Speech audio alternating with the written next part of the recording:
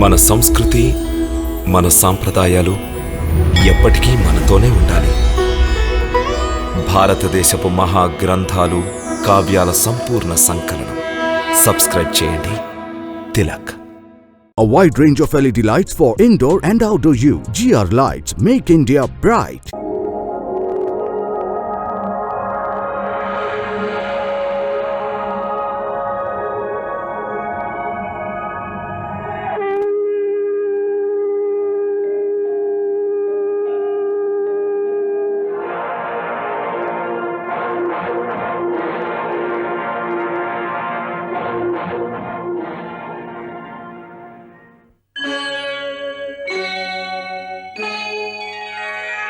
Krishna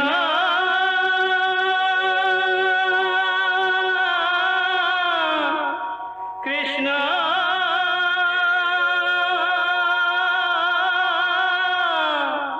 Hare Krishna Hare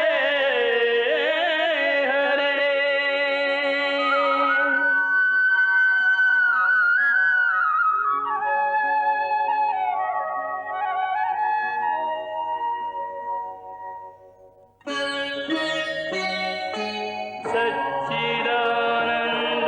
सच्चिदानन्दरूपाय विश्वोत्पत्त्यादिहेतवे तापत्रयविनाशाय श्रीकृष्णाय वयं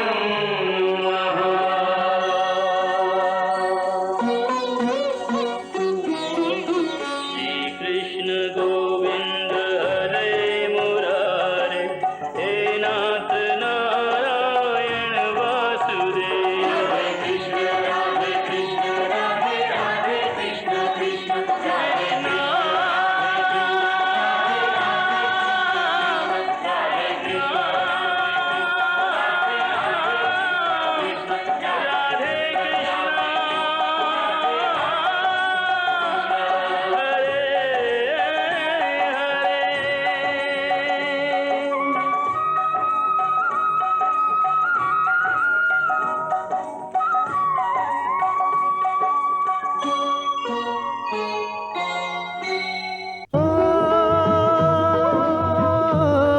ముగిసెలే కోరినది కలగా తీరింది యుగం కదిలరు కడకు అడవులకై సాగి కదిలరు కడకు.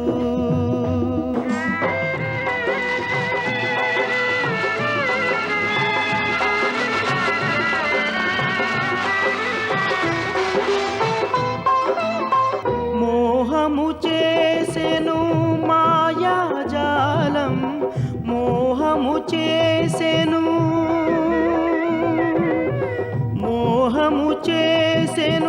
మాయాజాలం తుదగా పంపెను అడవుల కోసం మోక్షము సాధ్యమాయి జీవులకు తీరవు వ్యామోహాలు ఇది అంధుని యానం కదిలారు కడకు.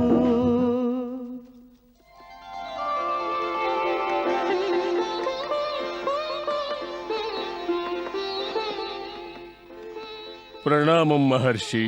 మనోవాంఛా ఫలసిద్ధిరస్తు. నేను మీకోసమే ఎదురు చూస్తున్నాను పుత్ర. మాకోసం ఎదురు చూస్తున్నారా? అవును పుత్ర, నేను నా దివ్య దృష్టితో మిమ్మల్ని ముందుగానే చూశాను. మీరైదుగురు వస్తున్నారని తెలుసు. అందుకే మీకోసం కుటీరం కూడా ఏర్పాటు చేశాను. పితామహ, లేదు పుత్రి, లేదు. ఈ ఆశ్రమంలో ఎటువంటి బంధుత్వాలకి చోటు లేదు, ఎటువంటి భావనలకి స్థానం లేదు. స్థానం ఉందంటే కేవలం ఒకటే భావనకుంది, అదే భక్తి భావన. ఈశ్వరుడికి సమర్పించుకోవాలనే భావనకు ఉంది. పదండి.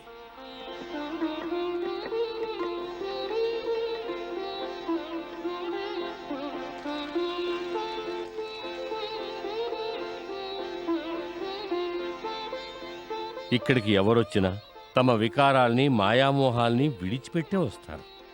మీరు ఇక్కడే ఉండి నిరంతరం ఈశ్వరుని గురించిన ఆరాధన, మోక్షప్రాప్తిని గురించి ప్రయత్నించాలి. కానీ మహర్షి, ఈనాడు మేము ఎదుర్కొంటున్న పరిస్థితికి కారణం ఏమిటి? లోభం. లోభమే దానికి కారణం పుత్ర. లోభం వల్ల పాపం, అధర్మం, అత్యంతమైన దుఃఖం ప్రాప్తిస్తాయి. లోభి అయిన మనిషి ఎంతో లాభాన్ని పొందినా కూడా సంతృప్తిని పొందడు. భోగాల వల్ల తను ఎంత సుఖాన్ని పొందినా కూడా ఎప్పటికీ తృప్తి చెందడు. ఇది ఎలాంటి దురాశ అంటే అలా పెరుగుతూనే ఉంటుంది. ఆఖరికి ఈ మోహమే మనుష్యుని తీరని కోర్కెలు, ఆశలు, ఆశయాలు తీర్చుకోవాలనే చిక్కుల్లో చిక్కుబడి మనిషిని జన్మ జన్మాంతరమనే సుడిగుండంలో పడవేస్తాయి.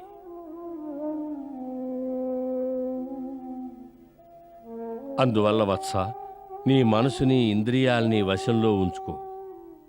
అలా నువ్వు ఈశ్వరారాధన చేస్తే మనశ్శాంతి ప్రాప్తిస్తుంది. కాని మహర్షి, మా జ్యేష్ఠ భ్రాతైన ధృతరాష్ట్రుడు స్వయంగానే జ్ఞాని. మరి మా కురువంశానికి విపరీత పరిస్థితి ఎందుకు ఏర్పడింది? అజ్ఞానం కారణంగా. అజ్ఞానం కారణంగానా? అవును పుత్రి, అజ్ఞానం కారణంగానే. జ్ఞానం లోభమనే ఆభరణంతో ఆవరించబడితే అప్పుడు అజ్ఞానం జన్మిస్తుంది. లోభం ఉన్నంత వరకు అజ్ఞానం పెరుగుతూనే ఉంటుంది. ఎప్పుడైతే లోభం క్షీణించిపోతుందో అప్పుడు అజ్ఞానం శూన్యం అవుతుంది. లోభంపై విజయాన్ని ఎలా సాధించగలం మహాత్మా? నిగ్రహం. నిగ్రహం కారణంగానే మనిషిలో క్షమ, ధైర్యం, అహింస, సామర్థ్యం, నిస్వార్థం, లోభం నశించడం లాంటి సద్గుణాలు ఉదయిస్తాయి. అప్పుడవి మనిషిని ధర్మ మార్గం నుంచి భ్రష్టుణ్ణి కానివ్వవు. దాని అర్థం మహర్షి, నిగ్రహమే అన్నిటికంటే శ్రేష్టమైనదా? వత్స, అహింస, సత్యవచనాలు పలకడం, దానం, సంయమనం, వీటన్నిటికంటే శ్రేష్టమైనది తపస్సు. ఉపవాసానికి మించిన తపస్సు మరొకటి లేదు. ధృతరాష్ట్ర, దానాన్ని మించిన అద్భుతమైన కర్మ మరొకటి లేదు. మాత సేవని మించిన సేవ మరొకటి లేదు. సన్యాసాన్ని మించిన తపస్సు ఏదీ లేదు.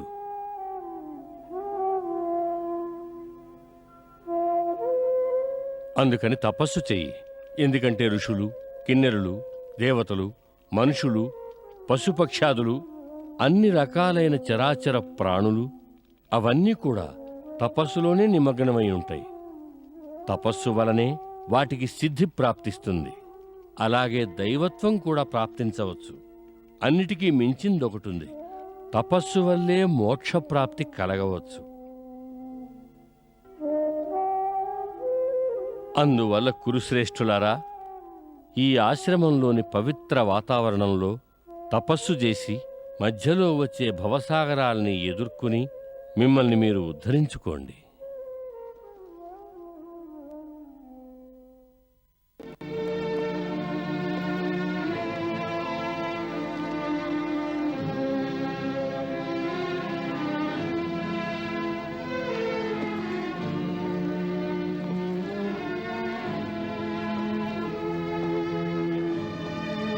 ఏమైంది ధర్మనందన? ఎందుకింత వ్యాకులంగా ఉన్నా? కేశవ, ఎప్పుడైతే పెదనాన్న ధృతరాష్ట్రుడు, మాత గాంధారి, మాత కుంతి వానప్రస్థానికి వెళ్లారో అప్పటినుంచి నేను ఈ రాజమందిరంలో ఒంటరితనాన్ని అనుభవిస్తున్నాను. ఇదంతా విధాడిస్తున్న నాటకం. అది విడిపోయిన వారిని కలుపుతుంది, ఒక్కోసారి అందరినీ వేరు చేస్తుంది. చూశావా, వారందరూ వెళ్ళిపోయారు. ఇప్పుడు నేను కూడా ద్వారకకు వెళ్ళాలనుకుంటున్నాను. వద్దొద్దు కేశవ, ఏమిటి నీవంటున్నది? నేను నీకు ద్వారకకు వెళ్ళడానికి అనుమతి ఇవ్వలేను. క్షమించండి మహారాజా. ఏమిటి విషయం ప్రతిహారి? వేదవ్యాసుల వారు తమన్ని కలుసుకోవాలని వచ్చారు. వ్యాస భగవానులా? నేను వచ్చాను పుత్రా.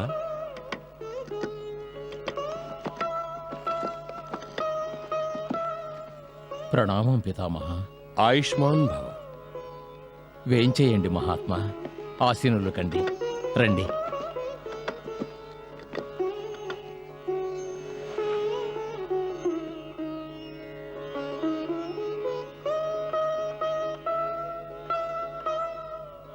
భగవాన్, తమరు సరైన సమయంలో వచ్చారు. చూశారా, మధుసూదనుడు ద్వారక్కు వెళ్ళిపోతానంటున్నాడు. ఇప్పుడు ఈయన లేకుండా అన్ని కార్యకలాపాలను నేనెలా నిర్వహించగలను? ఇప్పుడు తమరే వీరిని ఆపాలి. వీరు వెళ్ళడానికి నేను అనుమతించను. వాస్తవానికి మధుసూదనునిపై నాకు కొంత అధికారం ఉంది. నువ్వు ధన్యుడు యుధిష్ఠిరా. ప్రభువు మీదే నీ అధికారాన్ని చెలాయిస్తున్నావు. అలాగే వారు కూడా ధన్యులే. ఎందుకంటే తనకు తానుగానే నీ అధికారాన్ని స్వీకరిస్తున్నారు. యుధిష్ఠిరా, నేను ప్రభువు ఇచ్ఛానుసారంగా నిన్ను కలుసుకోవడానికే హస్తినాపురానికి వచ్చాను. యుధిష్ఠిరా, నువ్వు జ్ఞానివి, ధర్మాత్ముడివి. నీకన్నీ తెలుసు. మానవుడు పృథ్వీలోకంలో జన్మించేటప్పుడు ఒంటరిగానే వస్తాడు. అలాగే మృత్యువుతో పాటుగా యమలోకానికి వెళ్ళేటప్పుడు కూడా ఒంటరిగానే వెళ్తాడు. మరి నీవి ఒంటరితనాన్ని ఎందుకు నొచ్చుకుంటున్నావు? వత్స, ఇక నువ్వు ధృతరాష్ట్రుడు, గాంధారి, కుంతి, విదురుడు వీళ్ల గురించి చింతించవలసిన అవసరం నీకు లేదు. వాళ్ళంతా నా ఆశ్రమంలోనే ఉన్నారు.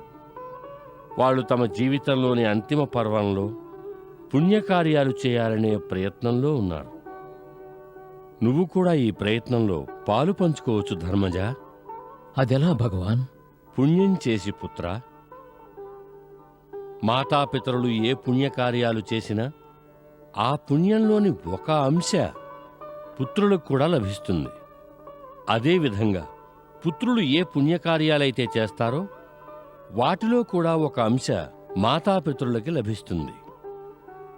చెప్పండి భగవాన్, నా మాతలకు పెదనాన్నగారికి పుణ్యం లభించేలా నేనేం చేయగలను? అశ్వమేధయాగం చేసి పుత్ర. అశ్వమేధయాగమా? అవును పుత్ర. అప్పుడు యజ్ఞం, దానధర్మాల ద్వారా మానవుడు తన పాపాల నుంచి విముక్తుడై పునీతుడవుతాడు. పుణ్యప్రాప్తి అనే ఉద్దేశంతోటే యజ్ఞానుష్ఠానం చేయబడుతుంది. అశ్వమేధ యాగం వల్ల అన్ని పాపాల నుంచి, చింతల నుంచి విముక్తి కలుగుతుంది. నువ్వు పుణ్యాన్ని సంపాదించుకున్నవాడివి అవుతావు. అశ్వమేధ యాగ కారణంగా ధృతరాష్ట్రుడు, గాంధారి, కుంతి, విదురుడు వీరంతా కూడా సంతుష్టులవుతారు. ధర్మనందన, పితామహుడైన వేదవ్యాస మహర్షి ఆజ్ఞను పాలించడం నీ ధర్మం. ఎందుకంటే వీరు నువ్వు పాప విముక్తుడివి కావడానికి మార్గం సూచించారు. నువ్వేం కావాలనుకుంటున్నావో నాకు తెలుసు కేశవ. దాన్ని నువ్వు వ్యాసమహర్షి ద్వారా చెప్పిస్తున్నావు. ఎందుకంటే నువ్వు చిన్నవాడివి, వారు పెద్దవారు. కృష్ణ, వాస్తవానికి నువ్వే పృథ్వీపతివి. నువ్వు నన్ను గౌరవిస్తావు. అది నీ విశాల హృదయానికి నిదర్శనం. నీ గురూపదేశం వల్లే మా అన్నదమ్ముల మునిగిపోతున్న నౌక ఎన్నో ఆటుపోట్లను ఎదుర్కొంటూ తీరానికి చేరుకోగలిగింది. నువ్వు మా మార్గదర్శకుడివి. నీవే మా గురువు. కనుక దేవకీ నందన, నీవే అశ్వమేధ యాగదీక్షను తీసుకోవాలి. ఎందుకంటే నీవే యజ్ఞానివి, నీవే అక్షరుడివి, అంటే అవినాశుడివి. నీవే త్రిలోకాలను సృష్టింపజేశావు. నీవే సాక్షాత్తు ప్రజాపతివి. నీవే సాక్షాత్తు ధర్మానివి. పరమాత్మ, నీవే ఈ సృష్టికి కర్తవు, నీవే సంహారకర్తవు. అందువల్ల నీవే అశ్వమేధ యాగదీక్షను తీసుకుంటే నేను పాప విముక్తుడనవుతాను. మహత్తరమైన పుణ్యాన్ని పొందినవాడనవుతాను. ధర్మనందన, నువ్వు నాకంటే పెద్దవాడవు నువ్వుండగా చిన్నవాణ్ణి నేనెలా యజ్ఞం చేయగలను? పెద్దవాడు యజ్ఞం చేసినట్లయితే అప్పుడు చిన్నవాడికి యాగఫలం తనకు తానే ప్రాప్తిస్తుంది. అందుకని నువ్వే యజ్ఞాన్ని చెయ్యాలి. ఎందుకంటే నువ్వు ఒక శ్రేష్ఠుడైన రాజువి, ధర్మాత్ముడివి. అవును పుత్రా యుధిష్ఠిరా, వాసుదేవుడు సరిగానే సెలవిచ్చాడు. మా ఆశీర్వాదం సదా నీ వెంట ఉంటుంది.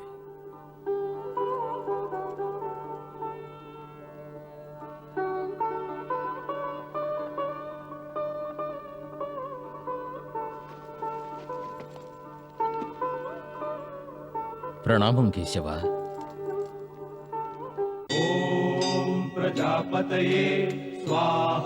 ఇదం ప్రజాపతయే ఇదం నమః.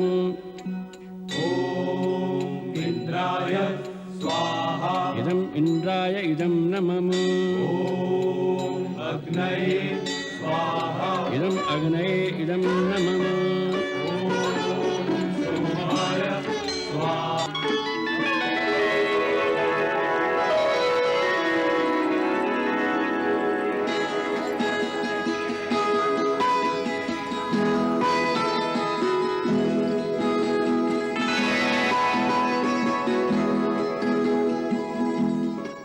వాసుదేవ,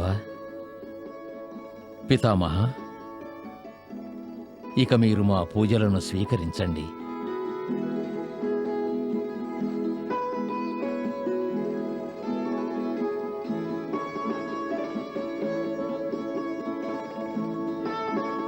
ప్రణామం వాసుదేవ.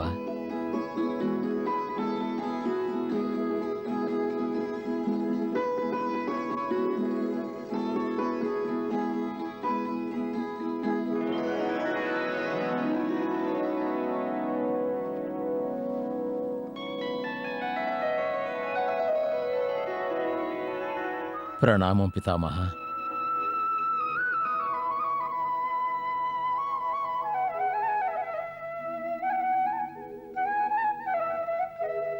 పితామహ, తమరు నాకు అశ్వమేధ యాగ దీక్షను ప్రసాదించండి.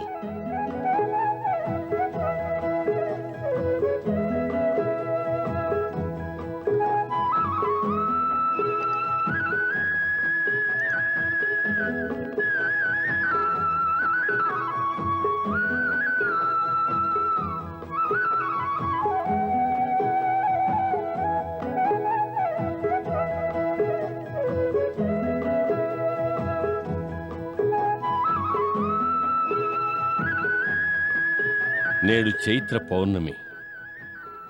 ఈ శుభదినమున నేను నీకు అశ్వమేధ యజ్ఞ దీక్షను ఇస్తూ ఎంతో ప్రసన్నుడనయ్యాను. యుధిష్ఠిరా, ఈ యాగాశ్వానికి పూజ చెయ్యి. ఆ తరువాత దీన్ని పృథ్వీలోకంలో సంచారానికి విడిచిపెట్టు. తమ ఆజ్ఞ పితామహ.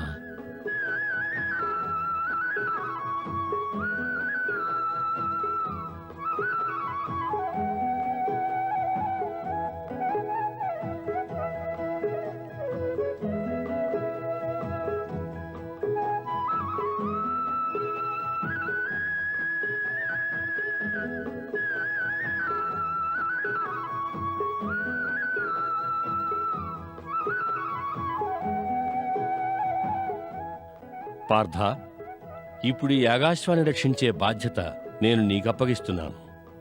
ఈ అశ్వం ఎక్కడెక్కడ తిరుగుతుందో నువ్వు దీని వెంటే వెళ్ళవలసి ఉంటుంది. పృథ్వీలోకాన ఈ అశ్వం ఎక్కడికైనా వెళ్ళవచ్చు. ఇది ఎక్కడెక్కడికి వెళ్తుందో ఆ ప్రదేశం పాండవుల సొంతం అవుతుంది. కౌంతేయనందన అర్జున, నువ్వు మహాపరాక్రమవంతుడివి, సర్వశ్రేష్ఠ ధనుర్ధారివి. నీ వద్ద దివ్యాస్త్రాల భాండాగారం ఉన్నది. వైశ్వానర ప్రసాదిత గాంధీవం, అక్షయ తూణీరాలు ఉన్నాయి.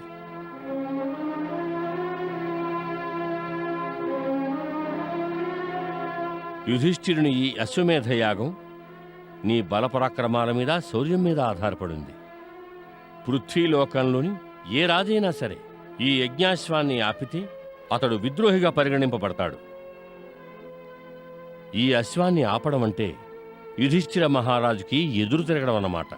ఈ దుస్సాహసానికి ఎలా బదులు చెప్పాలో నీకు క్షుణ్ణంగా తెలుసు. తెలుసు మహాత్మా. యుధిష్ఠిర మహారాజును ఎదిరించిన వారిని నేను నా బాహుబలంతో ఓడించాలి. అవును, అందరు రాజుల శిరస్సులను యుధిష్ఠిర మహారాజు ముందు వంచి ఈ అశ్వమేధ యాగాన్ని పరిపూర్ణం చెయ్యాలి. తమ ఆజ్ఞను తప్పక పాటిస్తాను మహాత్మా. ఇక అనుజ్ఞనివ్వు అగ్రజ. అర్జున, నాకు తెలుసు నువ్వు వెంట ఉండగా ఈ అశ్వాన్ని ఆపే సాహసం ఎవ్వరూ చేయరు. అయినా యుద్ధం అనివార్యమైతే అవశ్యం యుద్ధం చెయ్యి. నేను అలాగే చేస్తాను అగ్రజ. వెళ్ళిరా అర్జున. విజయీ భవ.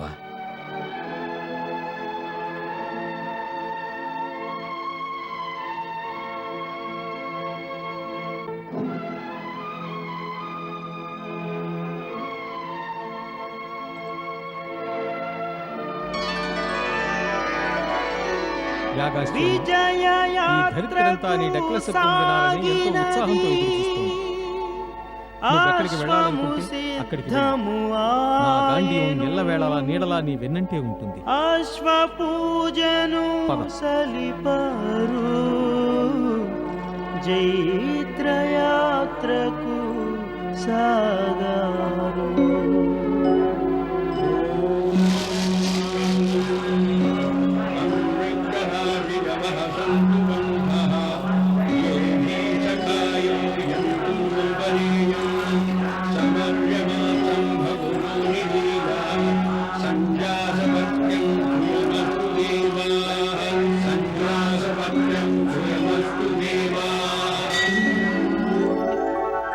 పార్థుడు యాత్రకు సాగాడు, తిరుగులేని తన ప్రతాపమ్మును ప్రదర్శించినాడు. తిరుగులేని తన ప్రతాపమ్మును ప్రదర్శించినాడు. యాగము సాగుతున్నది, ధర్మజు పాలనకెదురు లేదని రుజువే చేశాడు. ధర్మజు పాలనకెదురు లేదని రుజువే చేశాడు. పార్థుడు యాత్రకు సాగాడు, తిరుగులేని తన ప్రతాపమును ప్రదర్శించినాడు.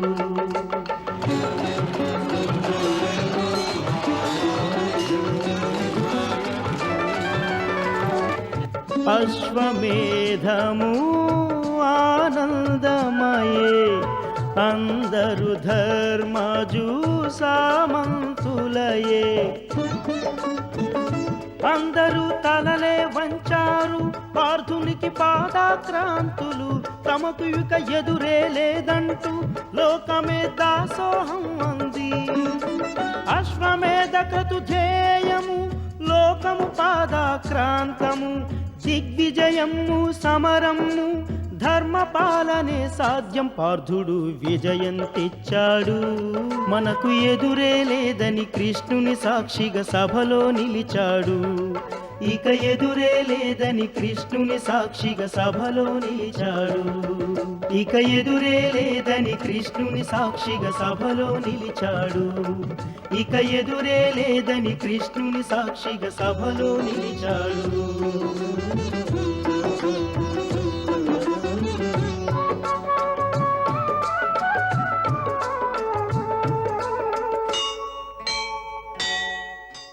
युधिष्ठिर महाराज की युधिष्ठिर महाराज की युधिष्ठिर महाराज की युधिष्ठिर महाराज की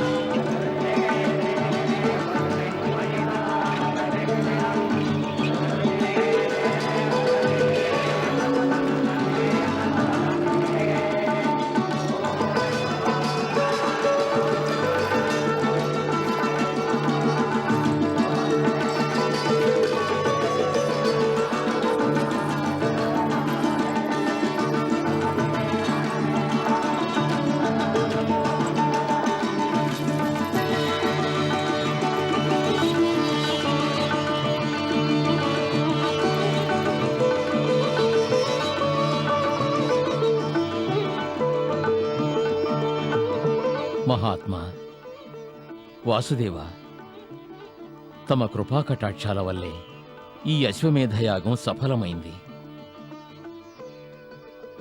అశ్వమేధయాగానికి దక్షిణ రూపంలో భూదానం చేయాలని శాస్త్రాల్లో చెప్పబడింది. అందువల్ల ఈ పాండవ మధ్యముడు జయించుకొచ్చిన పృథ్వినంతటినీ తమకు సమర్పిస్తున్నాను. ధర్మనందన, నా వంటి బ్రాహ్మణులకు పృథ్వీ వల్ల ఏం లాభం? ధరిత్రి రాజులకే శోభనిస్తుంది. నీవు రాజువి. రాజ్యం చేయడం, ప్రజాపాలన చేయడం రాజధర్మం. అందువల్ల నువ్వు నాకు అర్పించిన ధరిత్రిని నేను నీకే సమర్పిస్తున్నాను.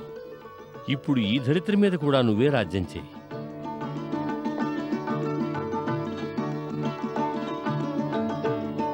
ధర్మనందన, ఇక నువ్వు ఈ బ్రాహ్మణులందరికీ దక్షిణనిచ్చి దానధర్మాలు చేసి వారి ఆశీర్వాదాలను అందుకో. తమ ఆజ్ఞ పితామహ.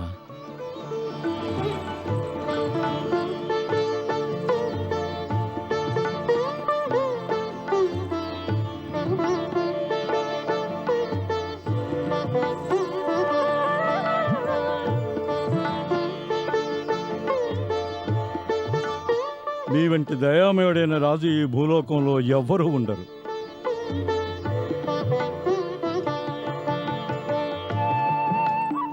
యుధిష్ఠిర చక్రవర్తికి జయమగుగాక. రాజా, ఇది పృథ్వీ యొక్క సౌభాగ్యం. తమ వంటి ధర్మాత్ములు పృథ్వీ పాలకులయ్యారు.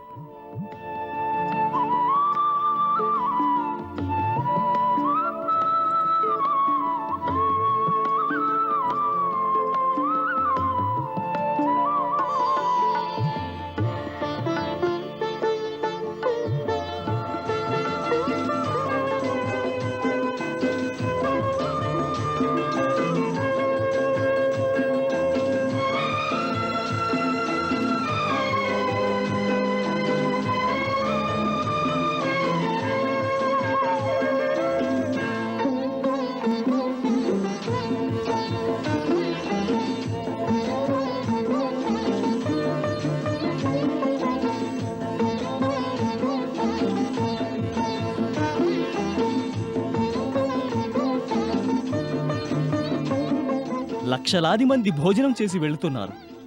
దరిద్రులు, దీనులు, ప్రతి ఒక్కరి ఆకలి మంటలు చల్లారిపోయాయి. మనస్సు తృప్తి చెందింది. నిజానికి యుధిష్ఠిర మహారాజు పుణ్యాత్ముడు, ఎంతో పుణ్యాత్ముడు.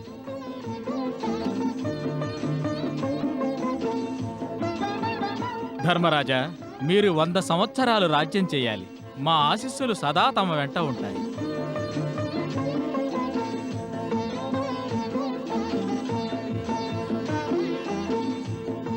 ఇటువంటి ధర్మకార్యాలు కేవలం ధర్మరాజే చేయగలడు. నీవు ధన్యుడవు ధర్మరాజా, ధన్యుడవు. వీరంతా నిజమే చెప్తున్నారా? నిజమే చెప్తున్నారు. వీరంతా నిజమే చెప్తున్నారు. ఋషులు కూడా చెప్తున్నారు. ఋషులు అసత్యం ఆడరుగా? అవును, ఇదంతా నిజమే. నా వంటి మహాత్ముడు, దయాళువు, దానవీరుడు అయిన రాజు ఈ పృథ్వీలోకంలో ఎవరూ ఉండరు. నేనే ఈ ధరిత్రీ వాసుల ఏలికను. నేనే వీరందరికీ పాలకుణ్ణి. నేనే వీరందరికీ భగవంతుణ్ణి. నేనే వీరందరికీ ఈశ్వరుణ్ణి. అంతర్యామి, ధర్మరాజు ఆంతర్యంలోని ఈ వాణిని నీవు వింటున్నావా? ప్రభు, ఇదేమి నీ లీల? యుధిష్ఠిరుని వంటి స్థిరబుద్ధి గల మహాత్ముడు, వినయశీలి సైతం అహంకారానికి లోబడ్డాడా? వ్యాస మహర్షి, మానవులు ఇటువంటి అహంకారానికి లోబడడం సహజమే కదా. అతడు తనకు తాను పృథ్వీపాలకుండనుకుంటున్నాడు. ఈశ్వరుడితో సమానమని అవజ్ఞత చూపిస్తున్నాడు. ప్రభు, యుధిష్ఠిరుడు తమ భక్తుడు, బంధుత్వంలో తమకు మేనత్త కొడుకు. తమరు అతడి అహంకారాన్ని నాశనం చేయరా? చేస్తాను, అవశ్యం నాశనం చేస్తాను.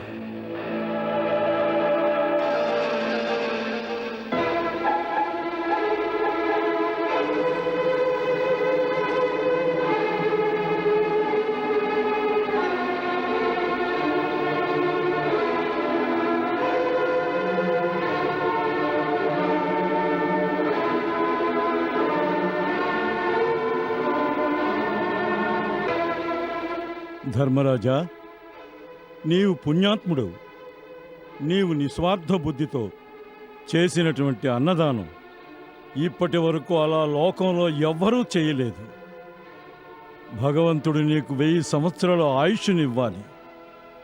సత్యం వచించావు బ్రాహ్మణోత్తమ. నా వంటి నిస్వార్థదాత ఈ ధరిత్రిలో ఇంకెవ్వరూ లేరు.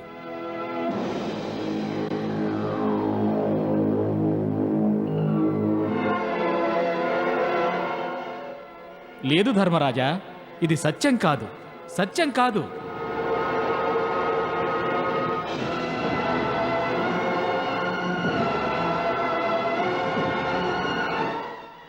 ఇది సత్యం కాదా? ఇది సత్యం కాదనే సాహసం ఎవరు చేస్తున్నారు? ఎవరు వారు? సత్యం వచించేవారైతే భయపడి ఎందుకు దాక్కుంటారు? సత్యం చెప్పేవారు ఎప్పుడూ దాక్కోరు. నేను దాక్కోలేదు మహారాజా. సత్యం వలనే నేను మీ ఎదుటే ఉన్నాను. కానీ తమరే నన్ను చూడలేకపోతున్నారు.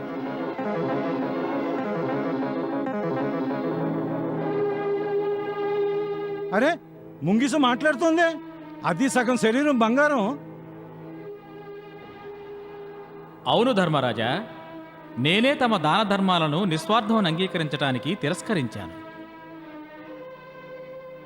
కానీ నేను ఇదంతా ఎటువంటి స్వార్థపరాయణత్వంతోనూ చేయలేదు. తమరు ఆజ్ఞాపించినట్లయితే అందుకు నిదర్శనం ఇప్పుడే కనిపిస్తుంది.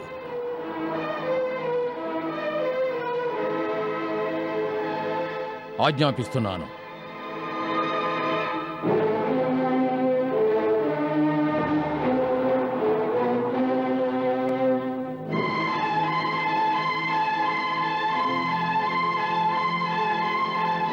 ఆగు, ఆగు విచిత్ర ప్రాణి, ఆగు.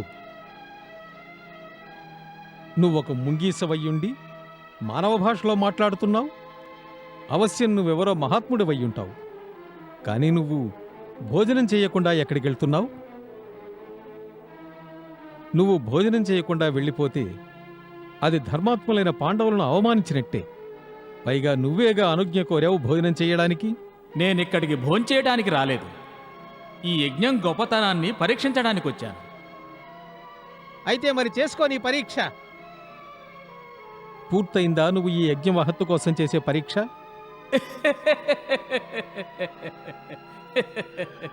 నువ్వు మమ్మల్ని ఎందుకు పరిహసిస్తున్నావు మహాత్మా? ఎందుకంటే ఏ యజ్ఞాన్నైతే మీరు గొప్పదని అనుకుంటున్నారో అది అంత గొప్పది కాదు గనుక. ఓసి ముంగిస, నువ్వు మమ్మల్ని, మా యజ్ఞాన్ని అవమానిస్తున్నావు. అవమానించటం లేదు వాయుపుత్ర, నేను మీకు సత్యాన్ని చెప్తున్నాను. యుధిష్ఠిర మహారాజు చేసిన ఈ యజ్ఞం గొప్పది కాదు. గొప్పది కాదా? ఎందుకలా అంటున్నావు? యజ్ఞం కోసం ధర్మానుసారంగా నేనేం చేయాలో అదంతా చేశాను. నేను జ్యేష్ఠులందరినీ, శ్రేష్ఠ వ్యక్తుల్ని విధిపూర్వకంగా పూజించాను. మంత్రోచ్చాటనతో అగ్నికి పూర్ణాహుతినిచ్చాను. దానధర్మాలు చేసే సమయాన నేనెక్కడా వెనుకంజ వేయలేదు. నేనిచ్చిన దక్షిణలతో తమ జోలెలు నింపుకున్న ఋత్విక్కులు, ప్రజలు ఈ యజ్ఞం గొప్పతనాన్ని ఏకకంఠంతో కీర్తించారు. ఇప్పుడు నీవు చెప్తున్నావు ఈ యజ్ఞం, దానాలు గొప్పవి కావు, తుచ్చమైనవని. మహారాజా, తమ ఈ యజ్ఞం కారణంగా అందరి మనసులకు సంతోషం కలిగి ఉండొచ్చు. కానీ వాస్తవానికి యజ్ఞం గొప్పదయ్యుంటే బంగారం కాని నా అర్ధ శరీరం ఈ యజ్ఞం కారణంగా పూర్తిగా బంగారం కావాలిగా. తమ ఈ యజ్ఞం ఒక దరిద్ర బ్రాహ్మణుడు చేసిన యజ్ఞానికి కూడా సమానం కాలేదు. వారి యజ్ఞ భోజన స్పర్శతో నా అర్ధ శరీరం బంగారంగా మారింది. కానీ ఇదెలా సంభవం కాగలదు? సంభవమే మహారాజా. మహాత్మా, నువ్వు కనుక ఆ దరిద్ర బ్రాహ్మణుడు ఏ విధంగా యజ్ఞాన్ని చేశాడో దాన్ని వివరంగా చెప్పావంటే అప్పుడు అందరికీ స్పష్టమవుతుంది. తమ ఆజ్ఞ ప్రభు. కురుక్షేత్ర పావన భూమిలో కాపోతుడనే వృద్ధ బ్రాహ్మణుడు తన పత్ని, పుత్రుడు, కోడలితో నివసిస్తూ ఉండేవాడు.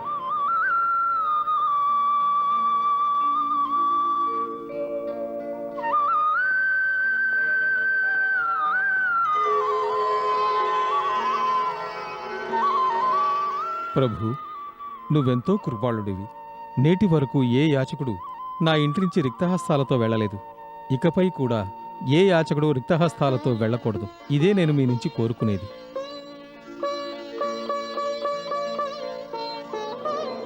కాలమంతా ఎప్పుడూ ఒకేలా సాగదు. నిరంతరం మార్పులు చెందేదానికి మరో పేరే కాలం. కొన్ని సంవత్సరాల తర్వాత కాలం ఎంత పని చేసిందంటే సస్యశ్యామలంగా ఉండే భూములు బీడులు వారిపోయాయి. పశుగ్రాసం లేకుండా పోయింది. మానవుల ఆకలి మంటలు తీర్చటానికి పంటలు పండలేదు. ఆ ప్రాంతం అంతా ఆకలి కేకలతో నిండిపోయింది. కాపోతుడి ఇంట్లో కూడా ధాన్యం కరువయింది.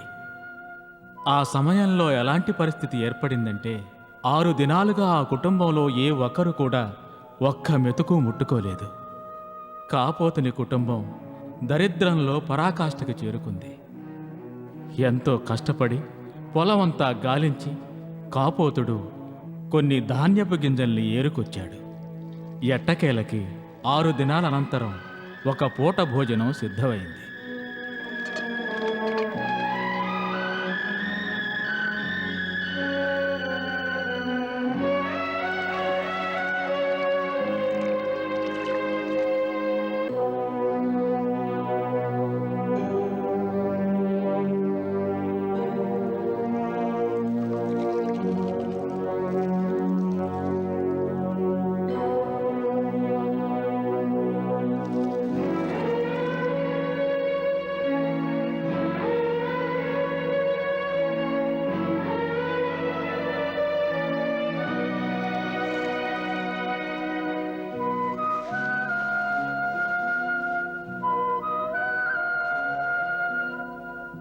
ఓ ధర్మాత్మా,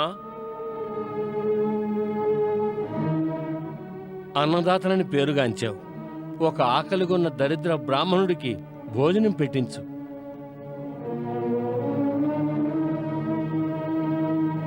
అన్నదానాన్ని చేసి పుణ్యం సంపాదించు. ఆకలితో ఉన్న బ్రాహ్మణుడి ఆశీర్వాదాన్ని తీసుకో.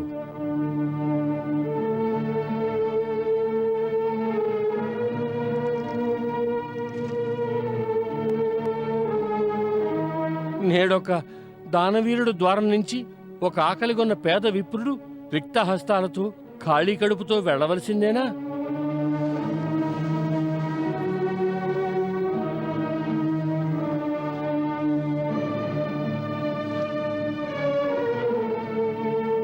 మహోదయ, తమరి ఇంటికి యజమాని. నేను తమ ఇంటికి అతిథినై వచ్చాను. తమ ఇంటి నుంచి ఎవ్వరూ రిక్తహస్తాలతో తిరిగి వెళ్ళలేదని విన్నాను. కానీ నేడు చూశాను. నేను విన్నది అంతా అబద్ధం. మహాత్ములు సరిగ్గానే చెప్పారు.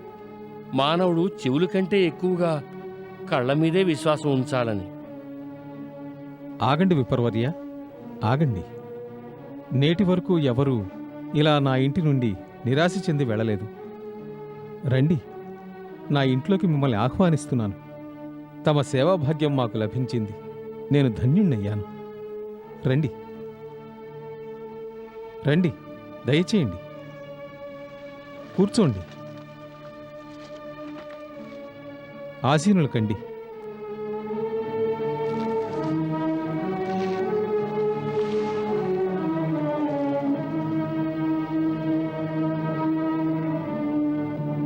కూర్చోండి విప్రవర, కూర్చోండి.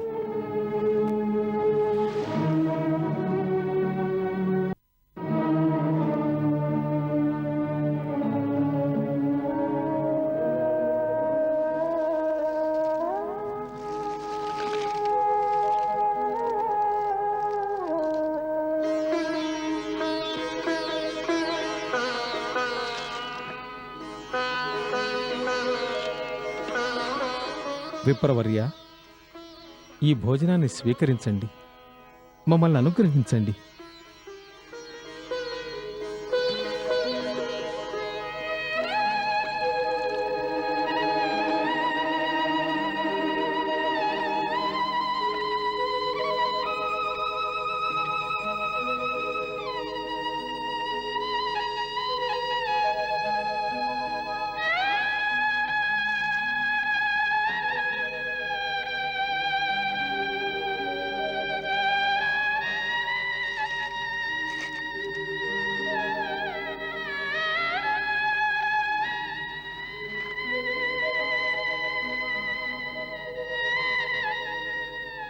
దీనివల్ల నా కడుపు నిండలేదు మహోదయ.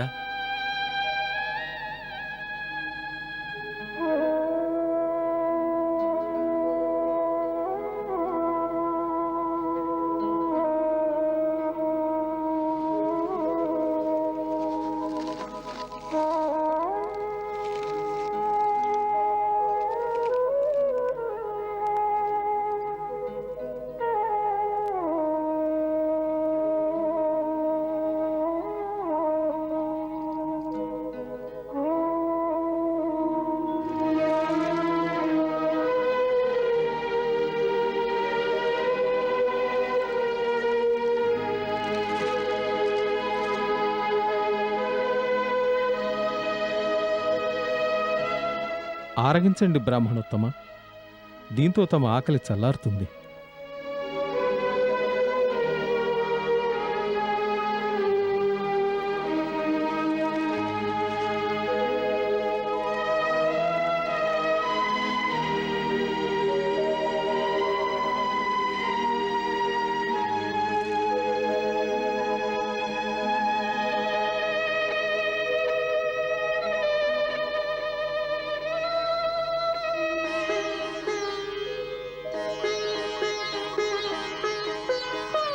చాలా దినాల నుంచి ఏమీ తినలేదు కదా, క్షుద్బాధ ఎక్కువైంది.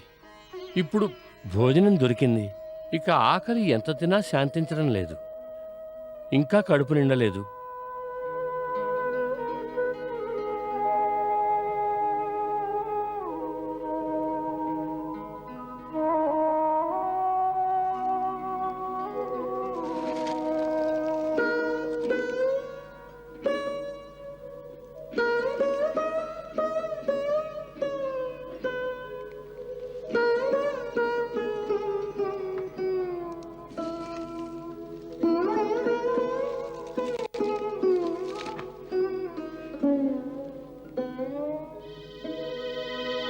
ఆరగించండి అతిథి దేవత, కృపచూపి కోపగించకండి.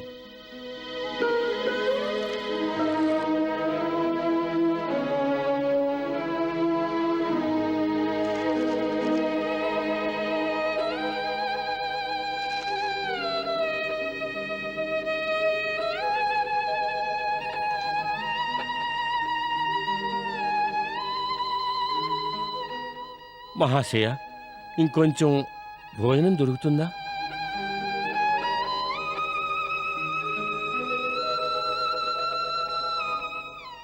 ఆకలితోటే లేవాలేమో అని నాకు అనిపిస్తోంది.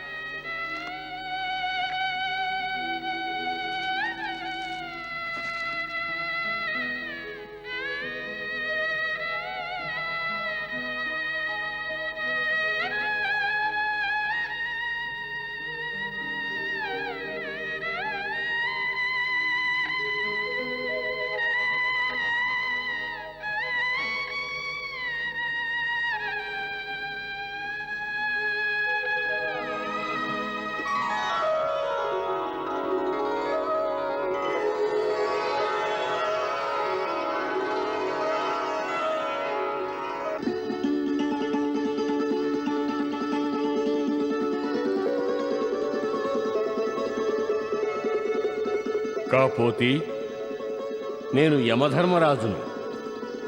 నీవు, నీ పరివారంలోని వారు న్యాయం, ధర్మం, అలాగే తమ సామర్థ్యాన్ని మించి అన్నదానం చేశారు. ఆఖరికి నువ్వు నీ అతిథి ధర్మాన్ని పాలించడానికి నీ ప్రాణాల గురించి కూడా ఆలోచించలేదు. నువ్వు చేసిన ఈ దానం యజ్ఞమే. నేను సంతుష్టుడనయ్యాను. విప్రశ్రేష్ఠ, నీ అతిథి ధర్మం యొక్క గుణగణాల్ని దేవతలు కూడా మెచ్చుకుంటారు. అందుకే నేను ఈ కరువు దినాల్లో నిన్ను పరీక్షించడానికి వచ్చాను. విప్రవర, ఆకలి కారణంగా మానవుడు తన వివేకాన్ని పోగొట్టుకుంటాడు, బుద్ధి భ్రష్టు పడుతుంది. అలాంటప్పుడు అతడు ధర్మ మార్గం నుంచి వేరుపడతాడు. కానీ నువ్వు నీ ధర్మాన్ని పాలించి లోకం ఎదుట ఒక గొప్ప ఉదాహరణగా నిలిచావు. నీవు గొప్పవాడివి. విప్రశ్రేష్ఠ, నీ గొప్పదనం ఎలాంటిదంటే నీకు నీ భార్యాబిడ్డలకి సదా బ్రహ్మలోక నివాసం కోసం బ్రహ్మలోకం నుంచి దివ్య విమానం వస్తోంది. నేనక్కడే ఓ మూల దాక్కొని అంతా విన్నాను. ఆ దివ్య విమానం అదృశ్యం కాగానే ఆకులలో మిగిలి ఉన్న ఆహారం తినడానికి నేను బయటకు వచ్చాను.